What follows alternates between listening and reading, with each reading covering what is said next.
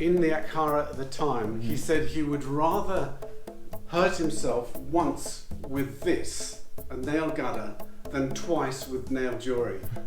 That was his reasoning for that. And it was like, what? I did that. I swung for another 40 minutes after that, non-stop 10 to 2s. And it was just amazing. You had cancer, right? No, I still have cancer. You still have cancer? I still have. I mean, the cancer that I have is never going to go away. It's sort of roughly in this sort of position, the touch here, you can turn through really nicely and then turn back again. And then with 360s, you could turn on the downswing and continue swinging. Ooh. You've got to watch your tracking, yeah. Lucky it's not the nail one. Yes. The flowing Dutchman, yeah. Shuffle on the production. Like this, yeah. Like this, yeah. The flowing Dutchman, yeah. The flowing Dutchman. There's of course the Gada as well. Yes. And would you say, because I saw this beautiful majestic Gada here. Yeah. And in India, most of the people, when you say something about a Gada, they would refer to a Gada to this, yes, and not to this. Yeah. So, this is where the difference between a mace and a Gada is also very, what is exactly the difference between it? Okay. Right? So, okay. Or in your mind. So to my mind, I mean, so this is a ceremonial Gada. Yeah. So this would be given to a wrestler if he's won a match. Right. And this is a sort of made by an artisan in Varanasi. Whereas, I mean, for a contestant winning a championship, this would be silver coloured, right, not gold, because gold is for the gods. And then the way that I differentiate the steel Gada, the metal Gada, to the concrete and bamboo Gada is simply that's a Gada, the concrete bamboo, and the mace is a steel mace. All right. That's the way I differentiate, because I mean, one is made of metal, the other one's made. So the mace is made of metal, Gada is made of concrete and bamboo. Okay. So if the top would be iron, then it would be Gada. Well, no, I mean you can have Gadas that will have metal in here, and I've seen them with metal poles too. Right. Like the one, in fact, that nail Gada that you swung in Varanasi. Yeah. I mean that's. Swaminathan. No, that was not Swaminathan. No, that was I can't remember It's right on the river. Yeah. All the green. Scindia. Is it Scindia? Ankara? Something like that. That doesn't matter. No. Anyway, so I mean, I made my little version of that because I wanted to try it, and that one weighs 7.5 kilos. It's not huge, but my God, when I first swung that, it was very scary stuff. It really was. I remember holding my breath, and I swung one of these for a good 10 minutes just to make sure that my swing was correct, and then I tried that one. It was fine. Yeah, the moment that I swung that the one in Varanasi, that was very scary. Very scary. Because it was around 35 kilos. Yeah. No, that's a big one to start with. And what was the only example. The funniest thing was that I'm sure it's Scindia Akara. Yeah. When I went in there, I'd just seen the nail jewelry in Ogonat Akara. Yeah.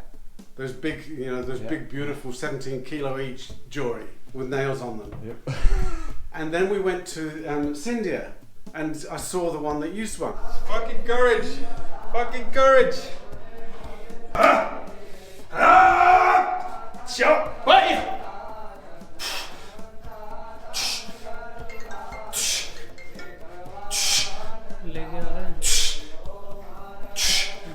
Yeah. Because I didn't have the nerve to swing it at that point. At that point, that was just like, whoa, no way. It's too heavy. And the guy who was in the Akara at the time, he said he would rather hurt himself once with this, a nail Gada, than twice with nail jewelry. That was his reasoning for that. And it was like, what? What are you saying? That's a strange way of putting it. Cut me once or cut me twice, Yes, basically. Exactly. Well, Yeah, you won't find nailed dumbbells here in gyms. No, So, no. So wow, that's interesting. And that I was think one of the things that I really like about the Gada and the sort of the Hanuman prayer, where the first lift of the Gada's done, and I mean it's sort of roughly in this sort of position, the Yep. touch here. Basically, I didn't understand that when I first saw it done. I mean, you know, going back to 2013, and then I realised that this is basically making you at one with the Gada. It becomes part of your body. Huh. And then, you know, and from then, once you've done that, then you can swing it up, throw it over the shoulder, Right. and now you're ready. I've also heard it being conveyed as a way to respect, just like they Yes, touch yes. the feet of the guru, or also as a way to respect the god. Like the No, Hanuman. it's basically, I mean, it was explained to me as a prayer to Hanuman to be at one with the Gada and, you know, for strength during exercise. I mean, that's the way that I was, or the translation that I got at the time. Right. Yeah, which is very similar, I think, to what you're saying. Sure, because they do the same thing with the mudgars as well. They cling them together, Yes. or they touch it Yes. with two hands. Yeah. As a prayer. Yeah, no, the Karatite guys do that. I've seen them do it. They do it 3 times. So, I mean, but I mean, to me, at first that didn't make a lot of sense. Mm. But then I started realizing that, so just from a sort of physical point of view, you have to become one with it. You have to become one with Indian clubs, Sure. meals. Doesn't matter what You it become is. an extension of your body. Yeah. Yeah, it's interesting how we would say that it makes sense, even though the whole phrase "it makes sense" didn't exist when this was invented. Right, no, that's right. That's right. That's very strange. But yeah, so it's got a sort of spiritual aspect to it Yeah, also. right. But I mean, I actually sort of, I've grown to really like it over the years. Especially sort of, you know, it was highlighted when I was, you know, with sickness and stuff, I mean, that I had to go through. That became really, really important because it seemed to sort of revitalise me completely. Right. And you know, bring me around, you know, from especially post chemo. Yeah, because you had cancer, right? No, I still have cancer. You still have cancer. I still have. I mean, it's, the cancer that I have is never going to go away Oh. because it was discovered too late, Oh. and it was in my prostate, and it spread outside my prostate into my pelvic area, and I think I've got a small tumour in one of my lungs. Mm. And the treatment I was put on was chemotherapy Mhm. and what's it called? Androgen blockers, which are basically the cancer that I have feeds on my own testosterone that my body makes. Mm. So consequently, they have to block that to stop the tumours from growing. So you get what's called an androgen blocker, which is horrible. Mm. And that's what I'm going back to see whether I need to have that stuff again. And it gives you sort of like slight boobs and all that sort of effeminizing stuff. It's not very pleasant at all. Mm. The line track, quite like, frankly. But I mean, you know, I've been very lucky because I've been off of it for 2.5 years now. But my body chemistry is changing now, and it looks like I'm going to have to go back onto that stuff. Mm. And Sad. you know, it's just one of those things. I mean, and they couldn't, because the cancer had spread outside the prostate. There was no point in removing the prostate because that's done if they find it in time. Sure. But mine it was just simply too late. Right. It was just one of those things. But I mean, this what I find amazing about training. So you know, being at first training with these tools and being healthy, Mm. and you know, getting my sort of fitness back, and then having to go through it again. Mm. And, you know, and I mean, I was swinging sort of a 12 kilo mace, 15 kilo mace, or Gada, and then I had to I made the 7, and then as I was getting stronger, I made an 8 and a 9, and I just put lead shot in there to make it a little bit heavier, just to sort of, you know, build myself up again, and it was just amazing. But the Gada to me was my saving grace. It really was. In what way? Well, because I used to retch in the mornings, you know, from chemo, Yeah. and I found that if I just used to go into my room in my old house, which we were still living in, and I'd start swinging the Gada feeling really rough, Mm. and then within about 7 or 8 minutes, I used to always have that clock that's up the top there, I used to watch that, and within about 7 to 8 minutes, the sickness would go. And the first day that I did that, I swung for another 40 minutes after that, non-stop 10 to 2s. And it was just amazing. Bliss. You know, it was bliss because I felt so, and then from then on it was like every day. And then, I swung the Gada throughout chemo, all the way through. And it was just amazing how it improved my well-being. I mean, I can't say anything else about it. So it was like a miraculous device to me. You know, and I stumbled into it. You know, because I remember going into the room that morning thinking, oh God, can I really do this? And lo and behold, it was fine. So, and it wasn't a great weight or anything like that. You know, it was just movement. Just movement. It was movement, yeah. And mentally, it was just fantastic too, because it got me out of that sort of horrible feeling when you want to sort of curl up and go, oh God, I feel rough. You know, that's because that's what you feel like, which is amazing, yeah. I can imagine. Yeah, it's good. It's good stuff. It's good stuff. But I mean, that's sort of.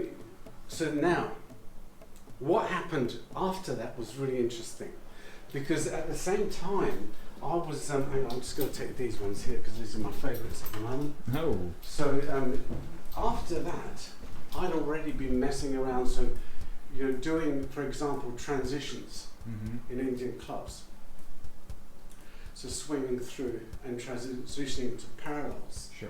And then with parallels, learning to turn. And then turning back. So that's turning on the downswing. Then I realised that I could turn on the upswing. Okay? Then I thought, well, why not do it with a Gada? So consequently then, sort of, and then it just completely opened it up for me as far as that was concerned. The flow started. Okay? The flow started. Yeah. So basically, with 10 to 2s, you can turn through really nicely and then turn back again. And then with 360s, you could turn on the downswing and continue swinging, and then turn on the upswing and continue swinging. Which is great. I mean, so that was just a revelation to me, that you could do. And then once that was done, you can swing in Indian clubs in the sagittal format. Yeah. So going from there with 10 to 2s. So now you're swinging on one side of the body, turning around and swinging on the other side of the body. Oh. Is that cool? Yeah, we've gone through the same process. Yeah. I remember being in my room, like discovering this, and I was like, well, no, that's exactly right. That's my reaction. It was like, oh wow. Yeah. And for me, that's it's magic. It's magic, yeah. because you things fall together, yeah. And just finding out all these ways of actually moving without coming into a knot. Yes, without that's restricting right. yourself. Yeah. It's like it's almost similar to life, right? You don't want to get stuck. You don't want to stop riding the bicycle. You want to keep on that's right. moving. You want to keep on moving, and you can change direction, but you gotta keep, Exactly. Keep the swing going. Yeah, keep the swing going. Yeah. And then make it more complex. Yeah, make it more complex. And carry more load as you go on. That's right. Well, yeah, carrying the load thing is another thing that I ever since sort of this whole episode happened, I've started to question because I mean the amount of inquiries that I get. A guy will say, "Oh, I can bench this amount and I can do this amount. Sure. What sort of size Indian club should I get?" And when I say 2 pounds or 0.9 of a kilo, there's absolute dead silence on the phone, which is really funny. But what people don't understand is that you've got the extension of your arms up, the weight change and all this sort of thing happening, and it's very difficult to convey even in a phone conversation and you're not doing 10 reps. And you're not doing 10 reps. No, that's right. You swing for 10 minutes. Yes. Yeah, that's right. If you do deadlifts with 100 kilos, you're not going to do that. No, that's right. You're doing sort of single lifts, and then even with the Gada, sort of 10. Well, let's see you do 10 minutes. Let's see you do 30 minutes. Yeah. So So that's interesting. But I had a couple of one time in Poland, I did a workshop, and I had these two massive guys come in, kettlebell guys, double 32s, like. And I mean, I know that I mean, with the kettlebell sport, it's endurance stuff. Yeah. So I said, and they said, oh, what's the weight? And I went, oh God, here we go again, sort of conversation. And I said, well, just hold the clogs out here, like this, and let's start doing circles. Yep. And they were like, because they're just not used to doing that type of movement. Yeah. So consequently, their shoulders are just, I mean, they can do all this stuff. Yeah. And it's skeletal support, but Indian clubs is not skeletal, it's only part skeletal. Right. Yeah. And the same with Gada meals, I mean, it's the same thing. It's part skeletal, part movement of the joints, which I think is, it has to be remembered to when you try to explain something like that. And they came to the workshop because of it. The day before, they came in, and I basically convinced them, just come and see what you think. And I mean, they were both said at the end of the day that once they'd done the front circles and so on, it was just great because they felt relief in their shoulders, basically. And it's one of the first things that people will say, or I don't know how you found it, but I mean, always people say to me that their shoulders feel amazing. I've heard the same thing. Yeah. Shall I try the? I'll try to see if I can do all the sagittal variations that you did. Oh, sorry. Hang on.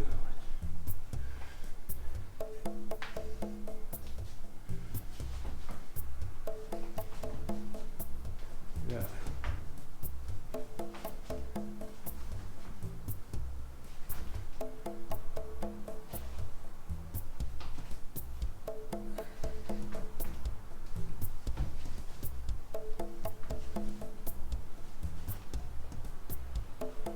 So I find it's best if you keep your heels together, so shoulder width apart, on the frontal plane, and then sagittal heels together as much as you can.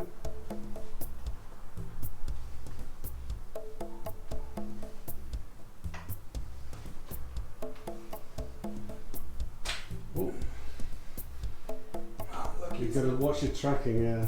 Lucky it's not the nail one. Yes.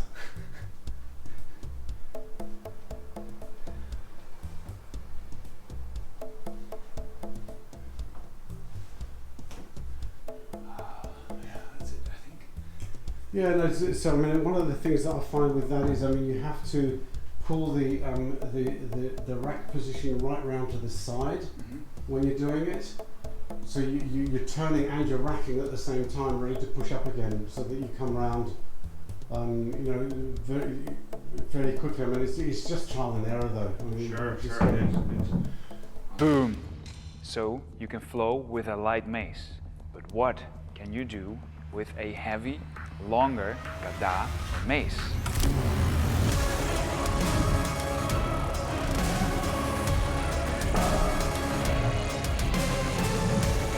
Gada Mace 101 is designed to teach you the absolute fundamentals of swinging a Gada or a heavy mace.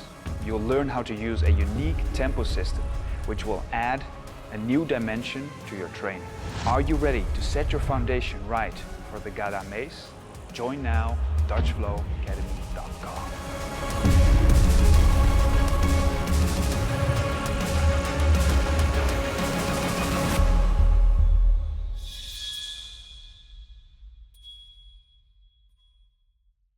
Boom! Thank you for your attention. It's greatly appreciated. If you like the content, please consider to share, like, and subscribe to my channel. If you want to see similar videos, you can see them over here. If you're interested in learning more from me as a coach, I've got online courses on DutchFlowAcademy.com. Keep flowing. Ram Ram.